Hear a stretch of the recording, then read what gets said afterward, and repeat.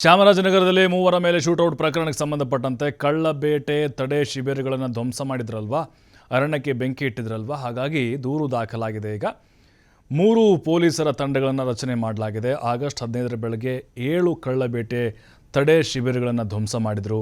ಹಾಗೆ 7 ವಸತಿ ಗೃಹಗಳನ್ನು ಕೂಡ ಪೀಸ್ ಮಾಡಿದರು ಕಿಡಿಗೇಡಿಗಳು. ಅಲ್ಲದೆ ಬೆಂಕಿ ಇಟ್ಟ ಹಿನ್ನೆಲೆ 10 ಎಕರೆ ಅರಣ್ಯ ಸುಟ್ಟು ಭಸ್ಮ ಆಗಿತ್ತು. ಶೂಟೌಟ್ ಪ್ರಕರಣ ಸಂಬಂಧ ಪ್ರತಿಕಾರಕ್ಕೆ ಮುಂದಾಗಿದ್ದಾರೆ ಅನ್ನುವಂಥ ಆರೋಪ ಬಂದಿತ್ತು. ಈ ಸಂಬಂಧ ದೂರು ದಾಖಲಿಸಿದೆ ಅರಣ್ಯ ಇಲಾಖೆ. ಇದೀಗ 3 ಪೊಲೀಸರ ತಂಡಗಳನ್ನು ರಚನೆ ಮಾಡಿ ತನಿಖೆ ಕೂಡ ಆರಂಭ ಆಗಿದೆ. ಅತ್ತ ಹನೂರು ಎನ್ಕೌಂಟರ್ ಖಂಡಿಸಿ ಸ್ಥಳೀಯರು ಕೂಡ ಪ್ರತಿಭಟನೆಯನ್ನು ಮಾಡ್ತಾನೆ ಇದ್ದಾರೆ. ನೋಡಿ, ಈಗ ಕಾಡಿಗೆ ಬೆಂಕಿ ಹಚ್ಚಿದ್ರು, ಜೊತೆಗೆ ಅಲ್ಲಿ ವಸತಿ ಗೃಹಗಳನ್ನು ಧ್ವಂಸ ಮಾಡಿ ಹಾಕಿದರು. ಅರಣ್ಯ ಇಲಾಖೆಯವರಿಗೆ ಭಯ ಶುರುವಾಗ್ಬಿಟ್ಟಿದೆ. ಈಗ ಎಲ್ಲಿ ನಮ್ಮನ್ನು ಕೂಡ ಅದೇ ರೀತಿ ಬ್ಲಾಸ್ಟ್ ಮಾಡ್ತಾರೋ ಅಂಥೇಳಿ. ಯಾಕೆಂದರೆ ವೀರಪ್ಪನ್ ಗೊತ್ತಿತ್ತು ಯಾವ ರೀತಿ ಆತ ನರಹಂತಕನಾಗಿದ್ದ ಅಂತ, ಎಷ್ಟು ಅರಣ್ಯ ಅಧಿಕಾರಿಗಳನ್ನು ಸಿಬ್ಬಂದಿಗಳನ್ನು ಬಲಿ ಪಡೆದಿದ್ದ ಅಂತ.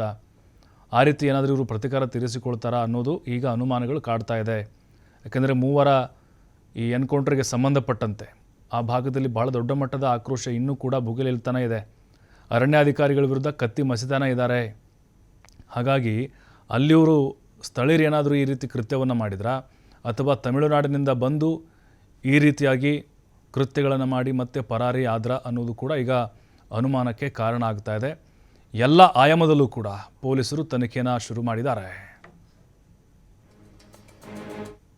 ವನ್ಯಜೀವಿ ವಿಭಾಗದಲ್ಲಿ ಹಣೂರು ವನ್ಯಜೀವಿ ವಲಯದಲ್ಲಿ ಶಾಗ್ಯ ಶಾಖೆನಲ್ಲಿ 15/8/2026 ಬೆಳಿಗ್ಗೆ 5ರಿಂದ 5:30 ಒಳಗೆ ಒಂದು ಘಟನೆ ಆಗಿದ್ದು ಪ್ರತಿ ಒಬ್ರಿಗೂ ಕೂಡ ಗೊತ್ತಿರುವ ಒಂದು ಸಂಗತಿಯಾಗಿದೆ.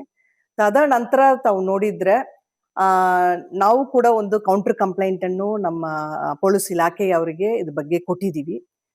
ಅದ್ರ ಬಗ್ಗೆ ಈಗ ಇನ್ನೂ FIR ಹಂತದಲ್ಲಿ ಇದೆ, ಇನ್ನು ಅವರು ಮಾಡಬೇಕಾಗ್ತದೆ ಅದು ಕೂಡ.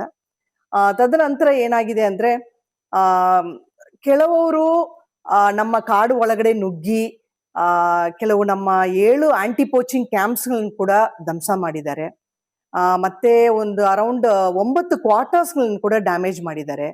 ಮತ್ತೆ ಇದು ಕಾವೇರಿ ವನ್ಯಜೀವಿ ವಿಭಾಗದಲ್ಲಿ ಆಗಿಯ ಒಂದು ಘಟನೆ ಆದ್ರೂ ಸಹ ಮಲೆಮಹದೇಶ್ವರ ವನ್ಯಜೀವಿ ವಿಭಾಗದ ಒಳಗೆ ಕೂಡ ನುಗ್ಗಿ ಸಿಲ್ವಿಪುರ ಆಂಟಿ ಪೋಚಿಂಗ್ ಕ್ಯಾಂಪ್ ಅನ್ನು ಕೂಡ ಸ್ವಲ್ಪ ಧ್ವಂಸ ಮಾಡಿದ್ದಾರೆ.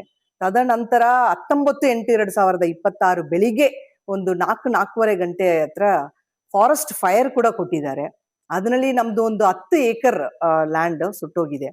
ಸೊ ಇದೆಲ್ಲ ಈ ತರ ಎಲ್ಲ ನಡೀತಾ ಇದೆ. ಸೊ ಇದು ಬಗ್ಗೆ ಕೂಡ ನಾವು ಪೊಲೀಸ್ನವರಿಗೆ ಒಂದು ಕಂಪ್ಲೇಂಟ್ಗಳನ್ನು RFO range forest officers, jurisdictional range forest officers ಹೋಗಿ ಪೊಲೀಸ್ನವರಿಗೆ ಇದ್ರ ಬಗ್ಗೆ